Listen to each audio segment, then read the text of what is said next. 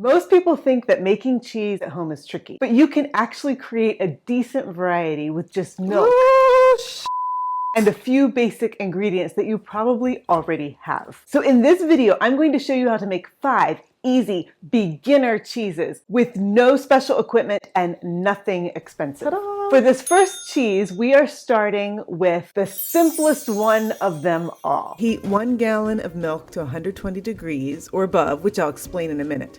Once the milk comes to temp, add 3/4 cup of an acid. In this case, I'm using white distilled vinegar. The curds should immediately separate from the whey. If they don't, then add a little more acid, a tablespoon at a time, until there is a clear separation. Let the curds rest for 10 minutes or so before draining off the whey. Then take the mass of curds and tear it into pieces. In essence, you are hand shaping the curds, since this type of cottage cheese does not have a defined curd. Now at this point, you salt the curds to taste. You can either eat the curds dry or you can add some milk or cream to them for a more saucy version. It's milky, it's delicious, but it is like a mass of curd. It's not like individual curds. Here I'm running a test comparing cottage cheese with milk to cottage cheese with cream. It's not really soaking up.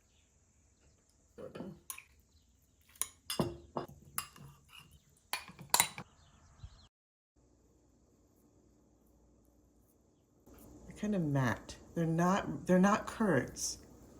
And with the cream, Tastes good. bland, boring.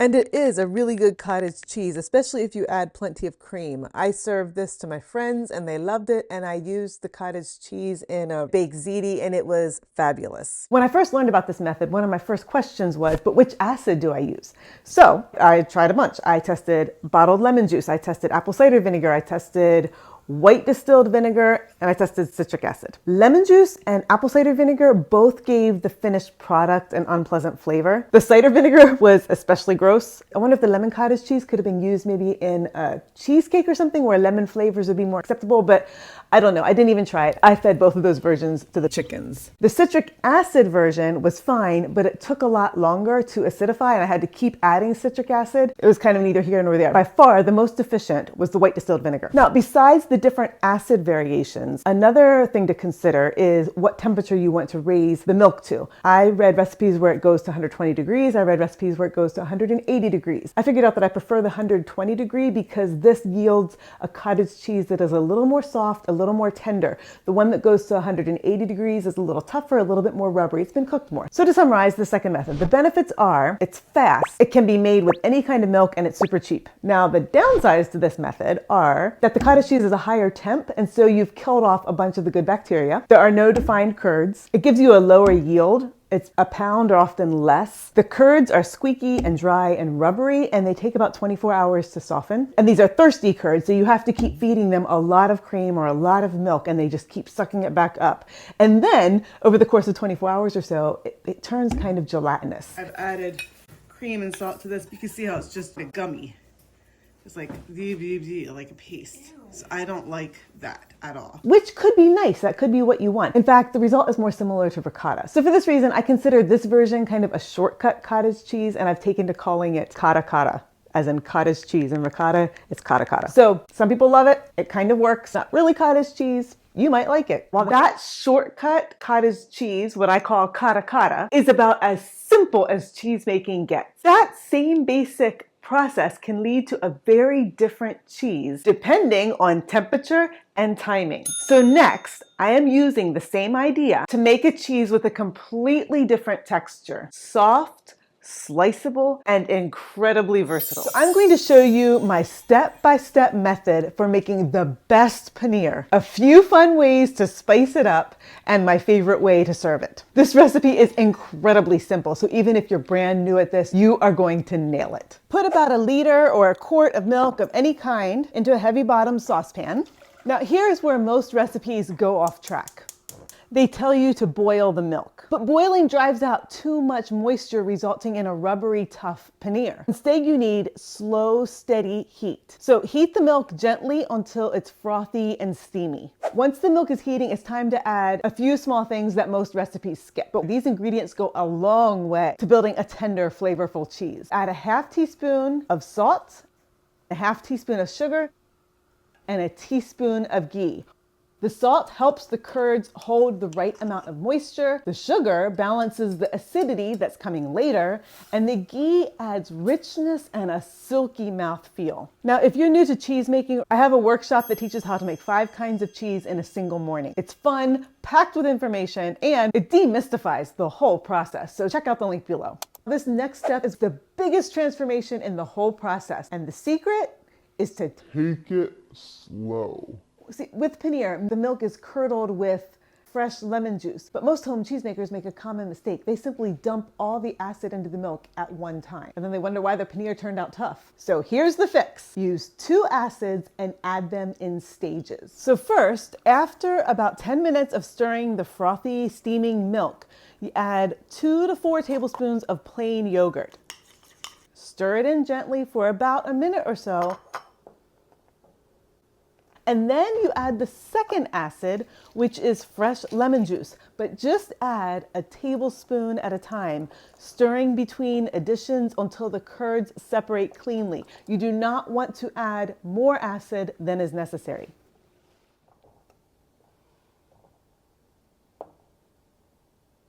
This gradual approach traps in the moisture, and the result is a soft, creamy paneer that holds its shape but melts in your mouth. Now, this next step is all about the process, and it is crucial. In fact, if you choose to only follow one of these steps I'm giving you, make sure it is this one. Once the curds have formed, if you leave them sitting in the hot, acidic way, they will continue to tighten up, becoming too dense and chewy and overly tangy. So how do we prevent this? It's simple. First, immediately after the curds have formed, take it off the heat and add a couple cups of cold water to the pot to stop the cooking and lock in the moisture. Then when you pour everything in a cheesecloth lined colander, rinse the curds with even more cold water to finish cooling and to clear out excess acid. This washing is what preserves the soft, creamy texture, and it restores the milk's natural sweet flavor. Now it's time to press the curds, but right now they are delicate and still full of butterfat and whey. If we press them too hard, we're going to toughen them up. So gentle, steady pressure lets the curds knit together while staying creamy inside. So not the cheesecloth, I'm using a Stilton knot, and press lightly for 2 to 3 hours, just enough to let the whey drain without squeezing out the fat. There's no need to flip during this pressing process, just let it sit. So now the final step is to cure the paneer in the fridge for an hour or so before you eat it. This cold rest allows the paneer to firm up so that you can slice it cleanly and neatly without it crumbling. We'll get to that in a minute. Right now we're gonna make more paneers. But first, there are 2 main rules for adding things to your paneer. If you're adding dried spices, add them at the start of the milk when you begin heating it so that they have time to soften and infuse the milk. And second, any fresh herbs that you add get added at the end of the steaming process because they absorb into the milk so much more quickly and they do not need to cook as long. So I'm going to show 3 different versions. First up is Golden Fire Paneer. At the start, to the milk, add 1 teaspoon of ground turmeric, 1 teaspoon of dried chili flakes, and a half teaspoon of crushed dried pepper. An optional choice is to add a 1/4 cup or so of chopped fresh mint at the very end, but I'm not doing it this time around. Make the cheese as normal the whole way through.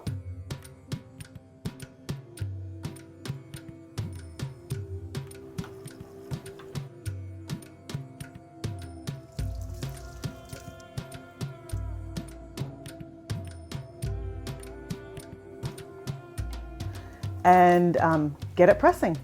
I have a big pan here and some boards because the juice will run off of the different kinds and I don't want it to mingle, even though that might not matter. So I'm gonna put this one right here, get that situated. And this one, which is getting quite flat, is gonna go on the higher end.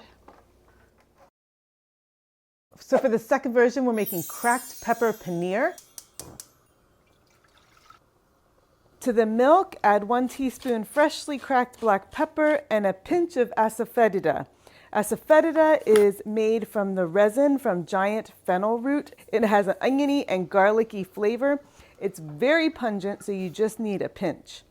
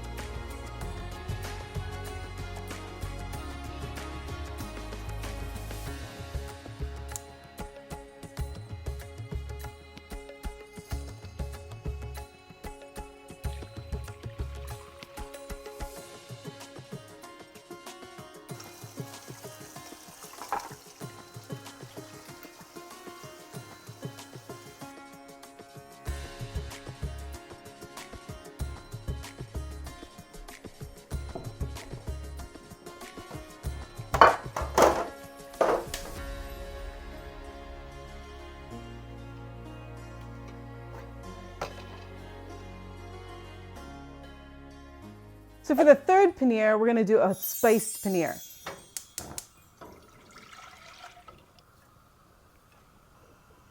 To start, you place 4 cardamom pods and 4 cloves in a small bit of cheesecloth. Tie it up and you add that into the milk along with 2 teaspoons of cumin seeds. You want to keep the cloves and cardamom pods separate so you don't have those crunchy bits at the end. And then toward the end of the steaming milk process, you're going to add about 3 tablespoons of chopped fresh cilantro, 1 inch of minced ginger, and some minced jalapeno to taste. If you want it really fiery, go big. If you want just a little bit, just do a little.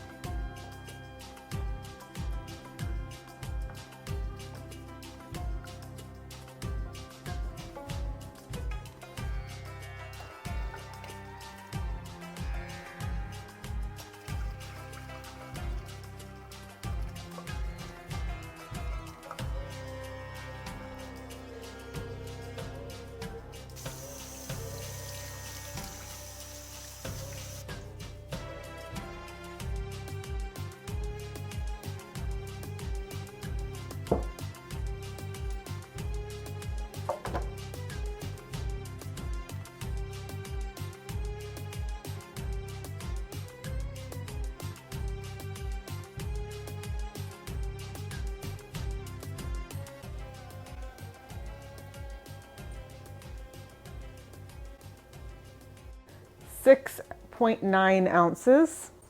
This is the cracked black pepper. Oh, it's a little bit cracky. I wonder if it should be pressed a little bit more. I gotta say it's okay. And this one weighs 7.1. The herbed paneer. That one is 7.7. Gorgeous. And that one is 7.1. Now there are so many other spices that you can add. Fennel seeds, crushed garlic, scallions, coriander seed, Chinese 5-spice. If you have added other things, I would love to hear what you like to do with your paneer. I cannot wait to taste this. Just the plain one right now. It is chilled. It feels tender. It's a little bit tacky, damp. It smells fresh. I don't smell lemon. I smell milk and sweetness. It smells very nice, very kind of mild. And let's taste some. Oh man, it is soft, it is tender. It kind of breaks apart a little bit. It's slightly tangy, but mostly it's sweet. It's delicious. Very mild, very nice. Let's cut the next one. Man, it's beautiful. Gorgeous pepper. I love that Indian spice in there. That is delicious, perhaps one of my favorite. I feel like this one should be called the Green Goddess. You can see all the ginger in there and the herbs. It's not too spicy. I don't get the ginger. Try another bite. Get the cilantro, cumin. There's a little bit of jalapeno. I could have put in more jalapeno. It's just herby deliciousness. It tastes very fresh. All right, and the last one. So you can see how it squidges, but it holds together. Oh yeah. There's a kick. That's yummy. Now we gotta fry some up. Let's pan fry this paneer. The way I like to serve it is to cube the paneer and then fry it in ghee. You can sprinkle it with salt for a delicious, simple snack. Look at how this is squidgy. It bubbles out a little bit. It like poofs, poofs, poofs. Oh my gosh. When you eat it fresh, like before frying it, it's a little bit pasty, a little bit gluey. It's not rubbery, it's not tough, it's not hard. It's just a little bit of that firmer flavor. And then this kind of melts it down and makes it fluffy and tender with the crispy edges around it. Oh, get some of that salt on there. It's milky and buttery and crunchy and really, really good. I'm gonna fry up the rest of it and then make food with it. So here is the paneer all fried up. I'm gonna sprinkle a little bit of salt on them all just so they're seasoned properly. Yeah, that is a lovely, lovely sight. I think the asafoetida version is my favorite. Just so beautiful. Golden deliciousness. But if you wanna take it to the next level, make a creamy, spicy tomato butter sauce. It's our family's favorites, and I'll include the link to the recipe below the video.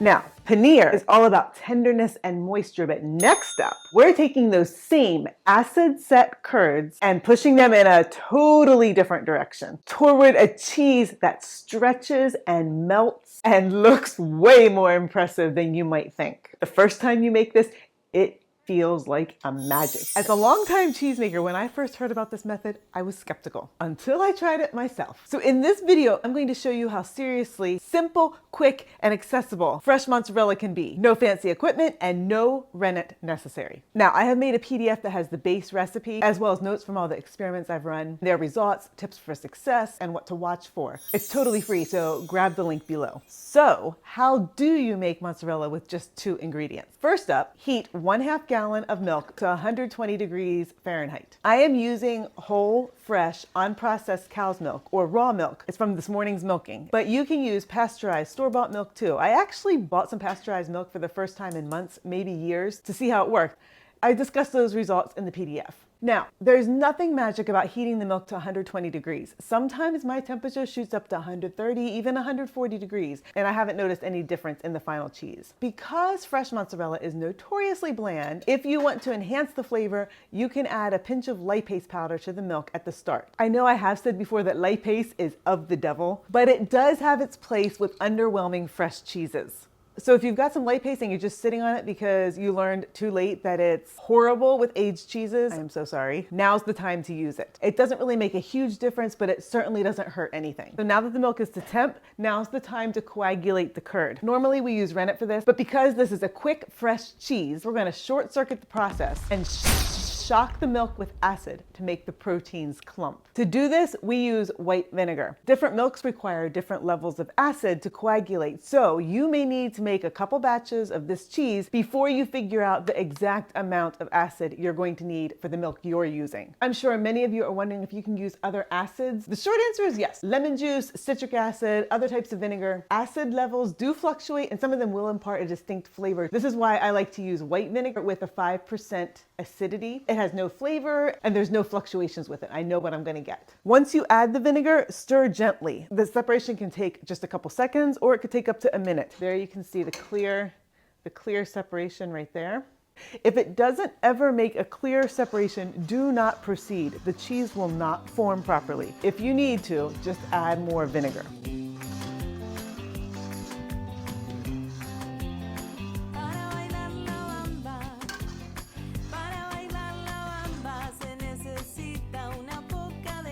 Once the curds separate, cover the kettle and let it rest for 10 minutes. Now, do not skip this step. I can hear you all saying, but this is a fast cheese, Jennifer. It's supposed to be immediate. I'm hungry now. Cool your horses, folks. This wait time is important because it's allowing the curds to knit and settle, which in turn will provide a better stretch. So set a timer and go water your houseplants or something. Once the 10 minutes is up, scoop the curd into a bowl.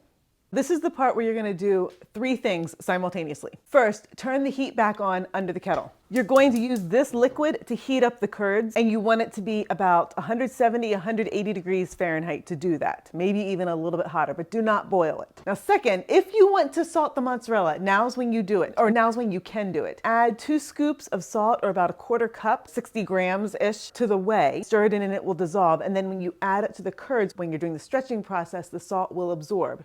However, I have noticed that it seems that when I do salt the curd that way, it makes the cheese less elastic. So I have opted to not use salt at all in this process. Now, the third and final thing that you are going to do is absolutely crucial. If you skip this next step, the curds will be wet and mushy, and they will not stretch properly. And you won't get the mozzarella that you're after, and all your time will be wasted, and then that will launch you into an existential crisis. So just do it. While the whey is heating, gently press on the curds to release the whey. Really press on them, dumping all the excess whey back into the whey pot. You can use a spatula or a spoon, but I like to use my hand. If you have made rennet mozzarella before, this kneading of the curd is gonna feel counterintuitive, like you're going to dry out the cheese and it's gonna turn hard and rubbery, because with rennet mozzarella, you have to be careful not to overwork it. But here's the thing, because there's no rennet, just acid, the proteins in this cheese haven't really gelled like they do when rennet is used. So this kneading action is doing 2 important things. I'm getting warm, I need to take off my sweater. It's dehydrating the curds and releasing excess whey, and it's manually helping to build structure since there's no rennet to do it chemically. So once no more whey escapes, flatten the curd so as much surface area is exposed as possible. This will help the curd to heat through quickly and evenly.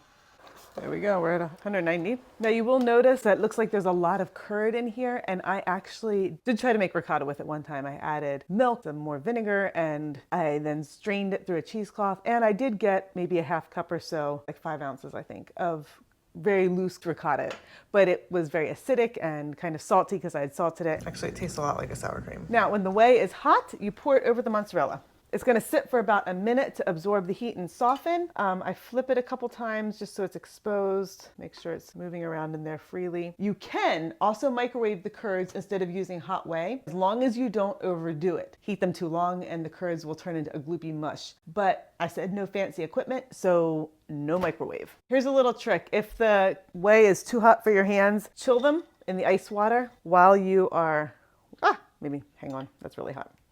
That just helps to deburn them a little bit, prevent the heat from hurting too badly. As you flip the curd, you can begin to gently stretch on it, press on it, massage it, tease it a little bit.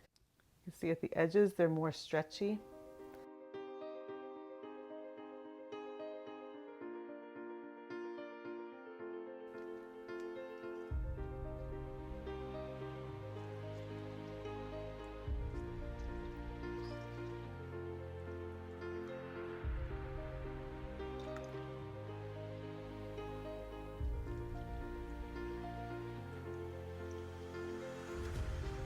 Alternately, you can put the curds back into the kettle to heat up, or you can place them in a strainer and lower that into the pot of whey.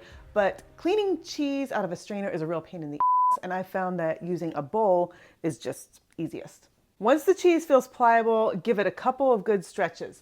Whee! I want it to be a little bit softer. Once you start getting some shine on it like that, then you can start forming your ball.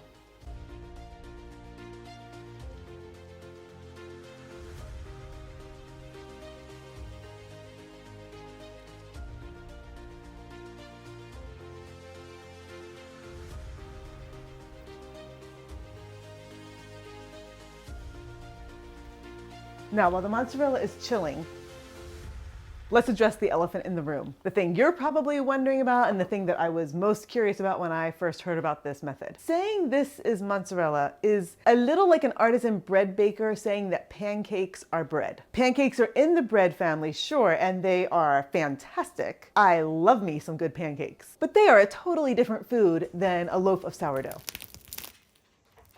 So no, this isn't traditional mozzarella, but it comes close enough in texture and appearance and flavor even to pull off a convincing illusion. Furthermore, it's a real gem of a trick if you find yourself in a pinch. If, say, for example, you want to make pizza for Friday night supper and realize at the last minute that you do not have any mozzarella, you can simply knock out this cheese in less time than it takes you to mix up the dough and set the table. So now for the big question, what does it taste like? And what's the texture like? Does it stretch? Does it melt well? Can you grate it? 10.5 ounces. So regular mozzarella is tangy and milky. The texture is semi-soft with an elastic chew. You tear on it and it comes apart in long strips or ropes. It melts like a dream and it holds its melt while it is still warm. This mozzarella is more mild. Salt does make it a little more exciting if you go that route, but the lack of salt generally isn't a problem because usually we're making mozzarella to pair it with something else. It doesn't have to be a standalone hero or anything. It definitely has a chew. It is milky, but not like juicy milky. It has flavor, and I actually think all this vinegar helps to give it a tang that just elevates the tanginess of a fresh cheese in a good way. It's not as smooth. Got more vinegar in that bite. Oh well. It's not as smooth as a store-bought mozzarella. It's not that glossy texture finish, but it's pretty close. I like it. Let's melt some.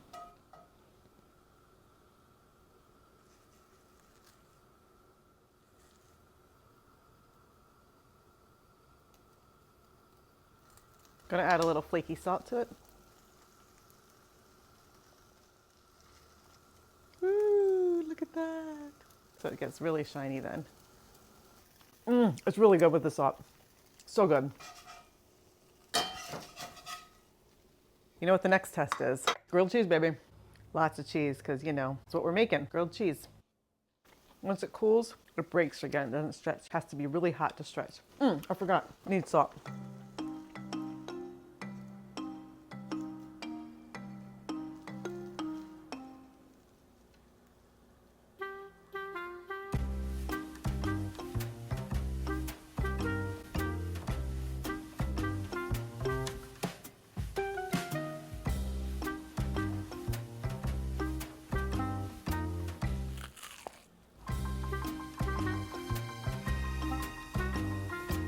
This mozzarella, depending on how you make it and what kind of milk you use, tends to be less elastic, and some versions, like if you add salt or if you use whole milk and don't add enough vinegar, can be soft and squishy, almost knife spreadable, while other versions, like the store-bought milk and the microwaved version, tend to have more of the classic elastic ropey strings. That said, all these versions do tend to soften in the fridge, and to varying degrees, they lose their elasticity. For this reason, this cheese grates best when cold, and it is best used fresh, like within several hours of making it. However, if it gets too soft to grate or slice, just pinch off chunks and add it to whatever, it will be fine. And all the cheeses melt well with direct heat, like in grilled cheese or on a skillet, on pizzas or whatever. But the cheese does tend to seize back up once it is cooled a little bit. Even so, it still tastes good and has a nice cheesy chew to it. Now remember, I have made a doc with the recipe and method and my notes and experiments and suggestions. Also included is how the cheese holds up when it's frozen. And I explain my hunch as to why pasteurized milk behaves better than raw milk, but does not have as good of a flavor. So if you really want to nail this cheese, so you can whip up some fresh mozzarella without even having to think twice, then don't forget to get that link. So now we're going in a completely different direction. Not stretchy and not sliceable, but smooth and creamy and pourable. This next cheese is made completely from scratch using milk and an acid. And it turns into something that looks nothing like a traditional cheese, but it is incredibly useful. Ever wish you could enjoy the creamy cheese whiz of your childhood, but without any of the junk? I found a unique method that's rich, smooth, and made entirely from scratch. No processed stuff involved at all. So in this video, I'm going to show you my simple step-by-step process for ultra velvety cheese whiz using just real ingredients. So here's what you do. Take a gallon of milk. If it's raw, shake it up so you can get all that cream out when you dump it into the kettle. Ooh, I made a mess. Put this over on the stove. Turn it on to high. And you're gonna heat this up to 100 degrees. Clean up all your floors. Oh man. Once it's the temperature, we're at 103. We're done. 108. Yikes, how high do you? 110, 111. Cut the heat. It doesn't really matter. It's fine. And sprinkle in 1.5 tablespoons of citric acid. It can be maybe as little as 1 tablespoon or as much as 2. You'll have to see how it behaves. Once you add the citric acid, oh, you can already see it starting to separate. You stir it and just keep stirring. It might take about 30 seconds for you to see the curds separate from the whey. It's starting to come up, but it hasn't separated yet. Now it's starting to break. Complete separation. Whee! So 1 tablespoon to 2 tablespoons, whatever you need, of the citric acid. Now, this is to catch the whey. Do not forget it. Here's your colander and a cheesecloth. You could let this just sit, but I always hang mine just because I like to. Let it drain for 2 hours. What do you do with the whey? Well, we just feed it to the pigs. After those 2 hours is up, dump the curds into a bowl, mash them up with your fingers or with a spoon. This smells fresh and milky. It's a little bit tangy. So now you add 1 teaspoon of salt. Our salt is very wet because it's so humid here. 2 teaspoons of baking soda. The baking soda is going to make the curds fizz and foam, which is super cool. Do you hear the fizzy sound? It kind of gets sticky and melty as you stir it. It's so cool. And let it rest for 2 more hours. It already feels like it's beginning to puff up. It's already getting fluffy. Over time, the curds will become foamy and frothy-ish, and they kind of turn translucent with white unmelted curds scattered throughout. It is raining, it is dark, a storm blew up, my oven broke, I had to go bake things elsewhere, the kitchen is trashed, but we are going to finish this cheese whiz come hell or high water. It's kind of gluey. It just smells neutral, there's really no smell to it. So we're gonna dump it in the pan, go turn this on low. We're gonna add some milk. I'm going with a 3/4 cup, cranking the heat up. Gonna add some annatto to make it appropriately whizzy. 1, 2, 5, 6. Heat that over low heat, stirring until it is smooth and creamy. Oh, it's frothing up. You can see it's starting to scorch a little bit on the bottom. See a little bit of brown through there. But this is mostly just kind of puffed. It's pretty smooth. There's still some lumps. I want it to be super runny so I can pour it through the sieve. All right, I think that's enough. If there are lumps, if those white little bits of cheese that were throughout do not actually dissolve and turn creamy, you can just pour the cheese whiz through a sieve at the end. See, there's the little knobbies down in there. Didn't quite come through. Still haven't figured out how to get those all out, but that's okay. Let's smack this out as quick as possible because otherwise it makes a mess. All right, now's the fun part. This right now, you can see the texture. It's cooling pretty quick. That's why you want to get it out because see how quickly that is sitting up in the pot? This is like a thick thing already. It tastes very mild, a little bit gummy. It kind of sticks to your teeth. But now to flavor this, I don't measure anything, just a couple drops. You don't want much of that. It's pretty strong. Chipotle, I like a lot of that. Tiny bit of garlic. If you get too much, it's really strong. Mustard powder, like that. I think you taste to see what it needs. I think it needs a little bit more salt, because remember, salt's a big deal in this. I kind of think it needs more heat. I'm gonna put more chipotle. Let's put a little bit of smoked paprika in. See how it is now. That's yummy. It needs more salt. And it needs some more spice. I'm gonna add some chili coban. It's super, super strong.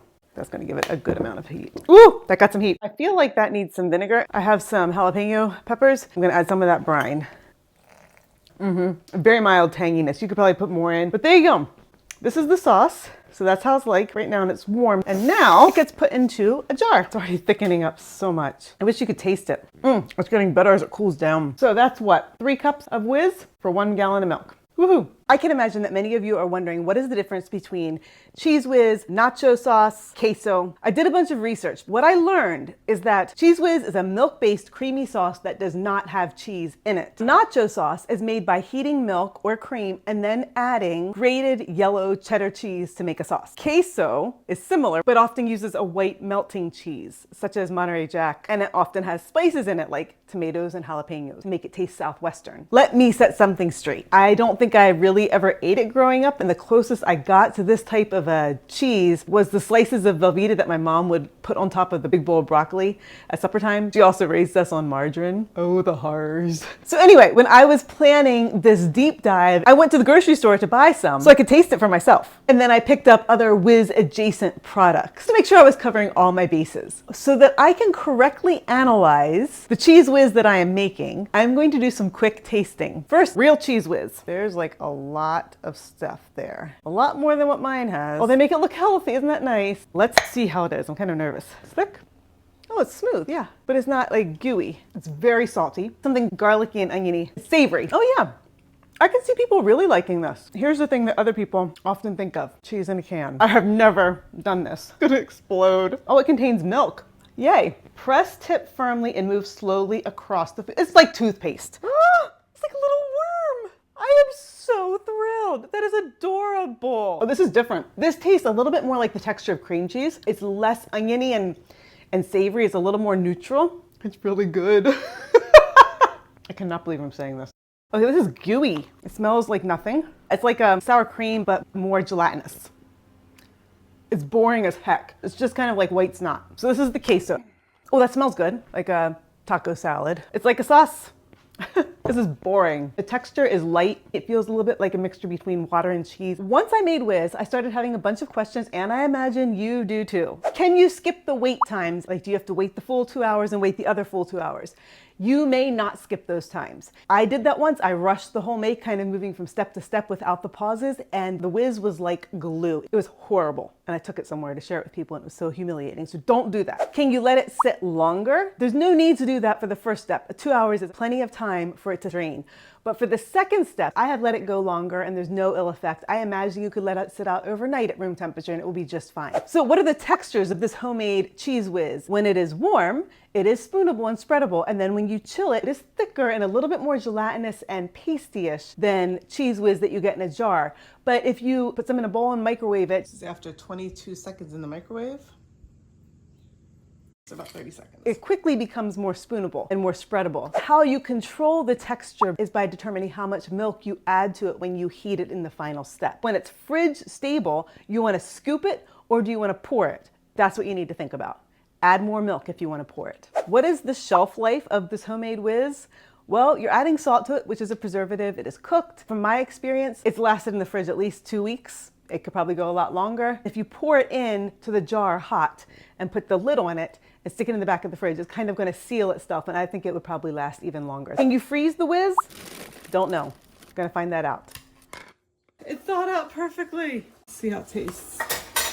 Perfectly creamy, 100% works. Can you can homemade Whiz? I think that's a bad idea. Everything I read says don't do it, but maybe there's some rogue cheese people out there and you want to try to can it. It's on you. What is the cost comparison for Cheez Whiz? Store Cheez Whiz costs $5.99 for a 15-ounce jar. Our milk is free, but let's say you spent $4 at the store for a gallon of milk. And then the salt, baking soda, and annatto, if you're using it, costs altogether 10 cents. And then you added a few seasonings, so another 10 cents. So you're basically making 3 cups of Cheez Whiz for $4.20. pretty good deal. Now, the biggest and most obvious question that I'm sure many of you are thinking, what can I use in place of citric acid? Citric acid is a natural ingredient. It is what is found in citrus, but when you buy the powder form, that stuff has been manufactured with a fermentation process using sugars and a very ordinary mold with the fancy name of Aspergillus niger. But some of you are living in other parts of the world, you might not have access to citric acid, or you think it's kind of a weird ingredient and you don't want to use it. So my question was, what other options are there? So I did it once with white vinegar.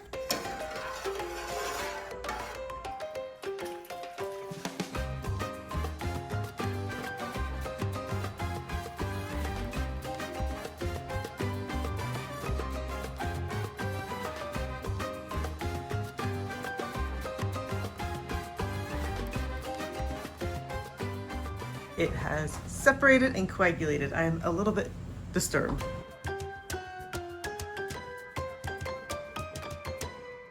Oh, I like how it's spoonable. This is a nice texture, but it's grainy.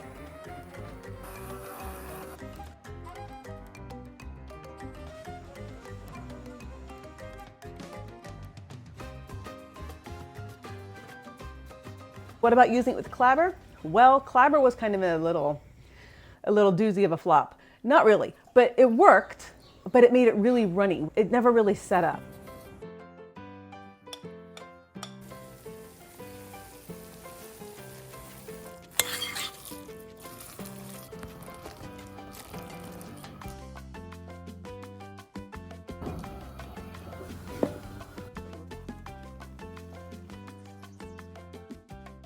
Look how it jiggles, it does not look set. And then in the top here, it's like a skin that you can lift up. And then down here is water. What even is that? And then underneath, it's just more of that. This is like sunshine, melted butter grossness. Like maybe I put too much milk in this. It definitely tastes better than the citric acid Cheez Whiz. Like this has more flavor. It's a little bit more of a tang to it. So maybe it's worth doing this experiment again, but with less milk or even no milk at all, just melting it down.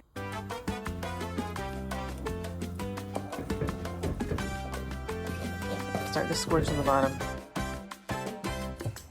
And then when I did it without milk, it was very gluey and gelatinous in a very unpleasing way. It's fine, but it's not what I was going for. It has a good flavor, but it reminds me of snot. Can you make Cheez Whiz with other kinds of milk? Yes, you can use store-bought milk. You can use goat's milk. You can use, I'm making this up, I haven't done it, but I think you can use any kind of milk. As long as your milk coagulates when you add an acid, I think you're good to go. But try it and see, I might be totally wrong. When you are heating up the curds, can you use cream instead of the milk? Absolutely. Make it richer, make it more full flavored. Some of you are probably wondering if you have to heat the curds and the milk on a stovetop, or can you heat it in the crock pot? Yes, you can absolutely heat it in the crock pot. If you want to do this, grease your crock pot and then you dump those curds in with the milk and turn it on low and let it sit for a few hours. Stir it occasionally until it's creamy and smooth.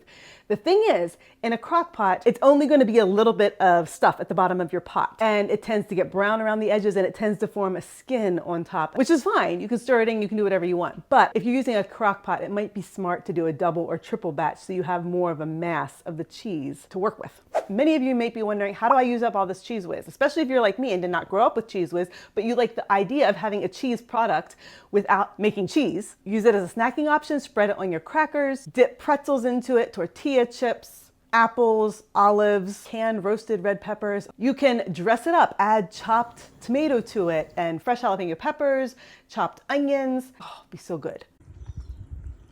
You can add chipotle peppers with a little bit of that sauce. You can make a dip with it, like add ground beef and stir it into the whiz along with, you know, tomatoes and taco seasonings, and then top that like dipping sauce with chopped onions and avocados and lime wedges and cilantro, and you have yourself a really good party-pleasing appetizer. You can use it as a white sauce with mac and cheese. That's what I've done with these bum whizzes that I have in the fridge from making Clabber Whiz. They're a little too runny, they don't have the right texture.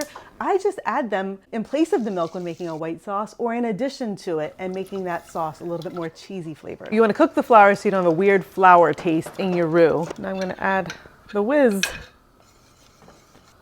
There is a delicious cheese sauce for my baked mac and cheese.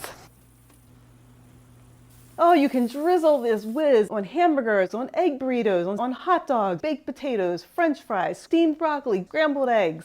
You can stir it into a cream soup and like make a broccoli soup or a potato soup with it. You can add it to a spinach quiche. Here is some Cheez Whiz that I had in the fridge. It's a month old, and I'm just going to be adding this to the mixture. You can add it to pizza. You can dollop it on lasagna. This is the failed cheese glue, and then this is the lumps that I strained out. I just globbed this over this casserole, and I'm gonna bake it now. Hopefully it will taste better than it looks. And of course, there's the classic way to use whiz, and that is by making a Philly cheesesteak, which I do not know how to make, but I'm going to make it for you. All right, so Cheez Whiz is the simplest version of a cheeseless, cheese-like sauce that you can possibly make. But you can also make a creamy melting cheese using actual cheese as the base. This method is perfect for using up any wonky cheeses that taste good, but that have a texture that might be a little bit too rubbery, too dry, too crumbly. Using this method, it will transform wonky cheese into a smooth, melty block of cheese. Kind of like Velveeta meets American cheese, but way more delicious. What do you do with all the cheeses that you make that don't turn out good? This is what's gonna happen because you're learning how to make cheese, and all cheeses are not perfect. Some are really good, some are just mediocre, and then you end up with some really bad ones that go to the pigs, but you know, we're not talking about those. But the ones that are mediocre, what ends up happening is that you have a lot of them. They're perfectly fine, but they're just not great. So here's what you do with them. You make American cheese. Let's go find some cheeses that are no good. What are you doing in here? You sneak in. This is Monterey Jack that was just a little bit blah. This pepper jack, add heat to our American cheese. And let's do this tacky parm. It has a weird texture. I am not a fan of American cheese. I don't ever buy it, but a lot of people in the United States rely on American cheese. It doesn't have any of that weird crap in that you get from the store. It tastes better than American cheese because it tastes like whatever cheese you made before, in the sense that if you made a Swiss, a Lancashire, the Colby, cheddar, those flavors then add depth to your American cheese. This pepper jack is just a little bit like grainy almost. The flavor is bland. I think it needed more salt, but the heat's nice. So all three of these cheeses are perfectly fine for eating as a family, but I would never put these on a cheese plate. I wouldn't give these away to anybody. They're not worthy of other people. So 400 grams of cheese. So I think traditionally American cheese comes from Colby. If you are not a cheesemaker, but you want to make your own American cheese, just buy cheap old Colby at the store and then make American cheese. One small step I do that you can do, but you don't have to, though it does make it a little bit easier, is if you put your cheese in a food processor and blitz it really well and break it up even more than what it was grated, because that will emulsify it faster. There you go, it's just nice and crumbly. To make American cheese, you add water and sodium citrate. That's sodium citrate. It's like a powder. It's 100% food grade. It's an emulsifier for melted cheese, so it keeps the oils and the fats from coming out, and it keeps it creamy and smooth. So this changes whatever cheese you have into that little bit of that gluey flavor. You know, I don't know how to describe it. You know what American cheese is. Almost rubbery or like plastic. People like that. This stuff is ancient. I think I bought it like years and years ago. Where does it say? That's by 12/4/16. This is like 7 years past expiration date. It works great. 15 grams of sodium citrate. So it's kind of like a little bit more than a tablespoon. And that's what it looks like. If you want to make your own sodium citrate, Gavin Weber shows how to do that on his YouTube channel. You take baking soda and citric acid with water. You mix it all together, bring it to a boil, and then you boil off the water, and what you're left with is that powder, that's sodium citrate. Easy stuff, but you can also just get it from Amazon and don't have to boil anything off. You know, I should probably taste it since I haven't tasted it.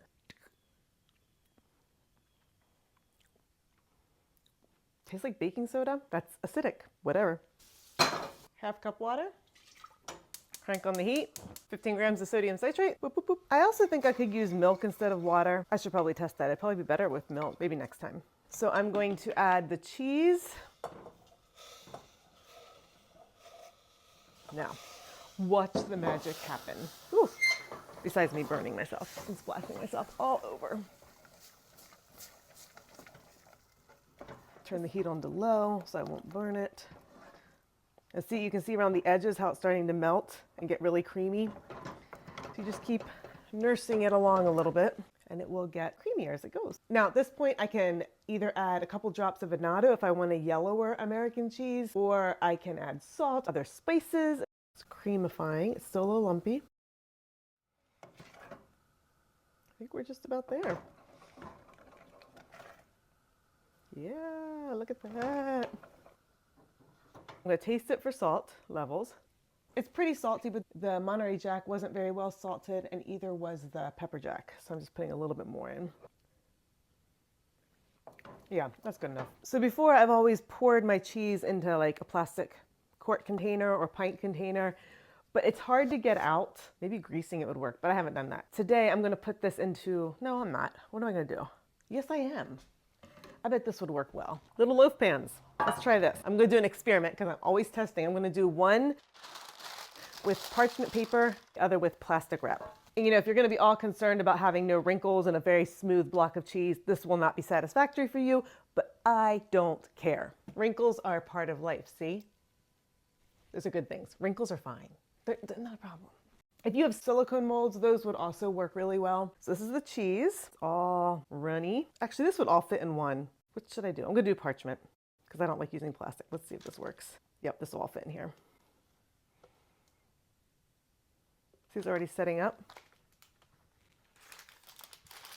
It's a little bit swooshy, but it's setting up. I'm gonna cover this up so it doesn't get like hard. This just goes in the fridge and it's gonna set for a couple hours and then we'll dump it out. To be fair, if you have inferior cheese that you're not going to serve to people, you don't have to go to the trouble of making American cheese. You can just put it into mac and cheese or grilled cheese sandwiches, quesadillas, wherever you melt cheese, and it will melt up and it will be fine and it will disguise itself. The benefit of doing American cheese is that it's already in that format, ready to just go wherever you want it to go. So we put it on top of our burgers.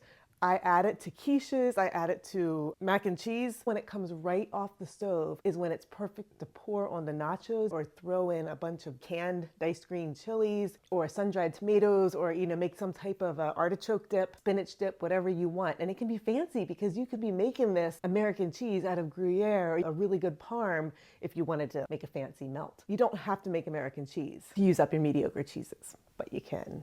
There are other ways to make American cheese that call for gelatin. I've made both methods.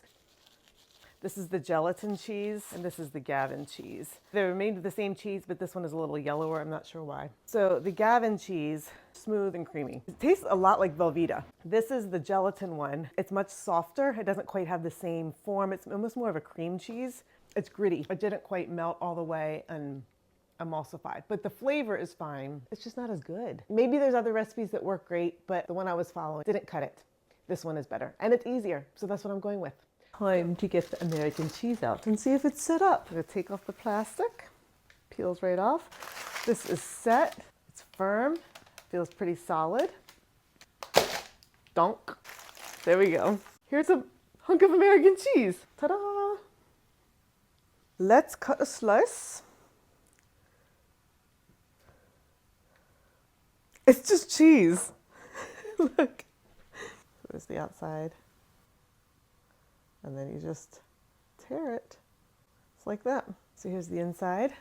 It's creamy, totally smooth. This has good flavors. I mean, there's heat from the pepper. It's not bland like American cheese, like I think of that. It's salty.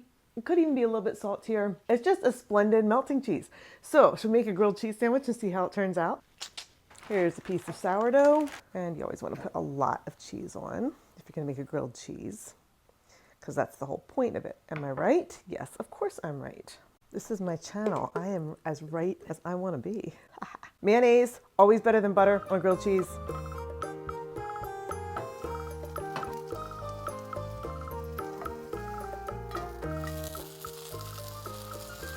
Getting all gooey in there and soft.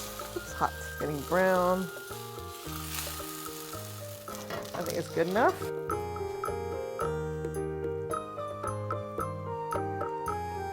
It's peppery and it has flavors, actual flavors. Anywhere you put Velveeta, anywhere you put American cheese, you got American cheese. Go for it. Those 5 cheeses are proof that you can start making cheese with what you already have. So once you've made these and you start to feel confident about your abilities with playing with milk, then the next step isn't another recipe. It's getting clear on what beginners actually need to buy and do to get started on making more involved cheeses. I put together a video that breaks cheese making down into clear, practical starting points, what equipment matters, and what you can skip for now. It's designed to help you avoid unnecessary purchases and focus on the necessary work of learning to make cheese. If you're ready to begin building a solid foundation, then watch this next and happy milk slinging.